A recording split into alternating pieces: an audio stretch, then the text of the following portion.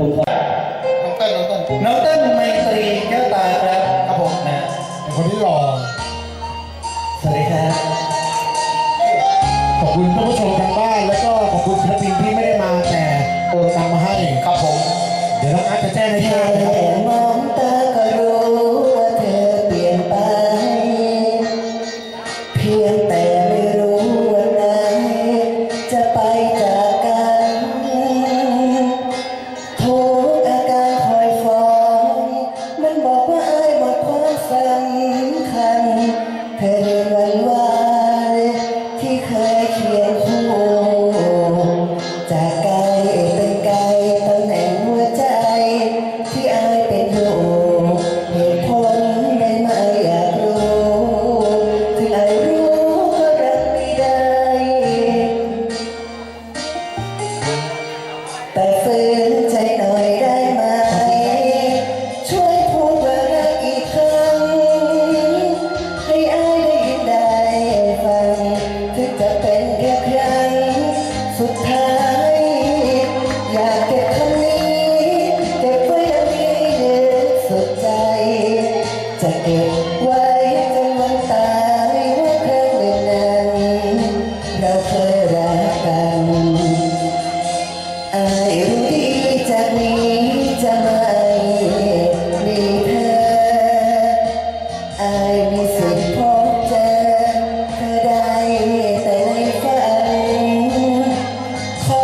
ให้เธอโชคดีเจอแต่สิ่งดีๆทุกวันส่วนตัวอ้ายนั้นเจ็บเหงาจะทนสู้จากไกลเป็นไกลตำแหน่งหัวใจที่อ้ายเป็นอยู่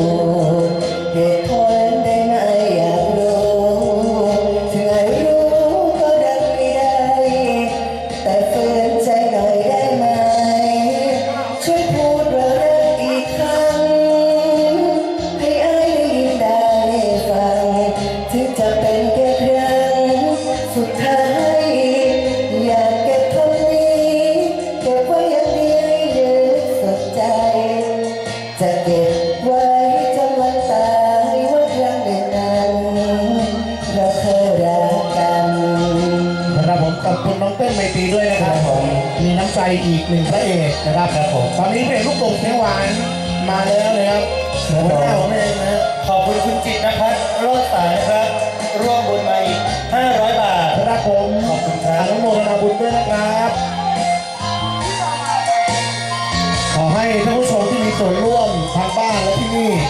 ร่ำรวยทุกคนสุขภาพแข็งแรงครับครับผมอ้ายรู้ดีจากนี้จะไม่มีเธออ้ายมีสิทธิ์พบเจอเธอได้แต่ในฝันขอ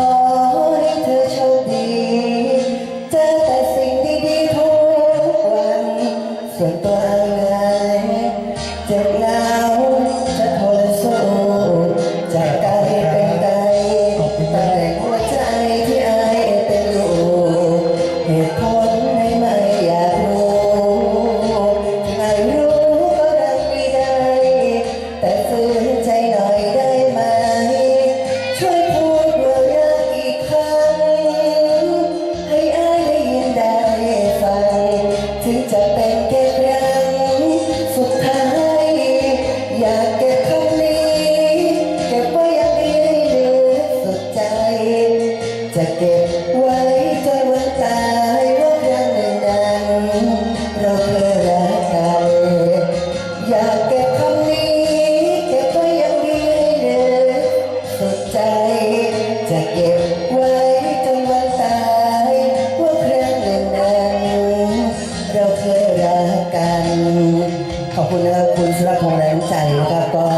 ขอให้พี่ชายนะครับที่นอนอยู่โรงพยาบาลนะครับหายไวๆนะครับกลับมาร่วมทำการแสดงลิเกด้วยกันนะครับขอบคุณครับครับผมปรบมือเป็นกำลังใจให้กับเพลงที่มีน้ำใจ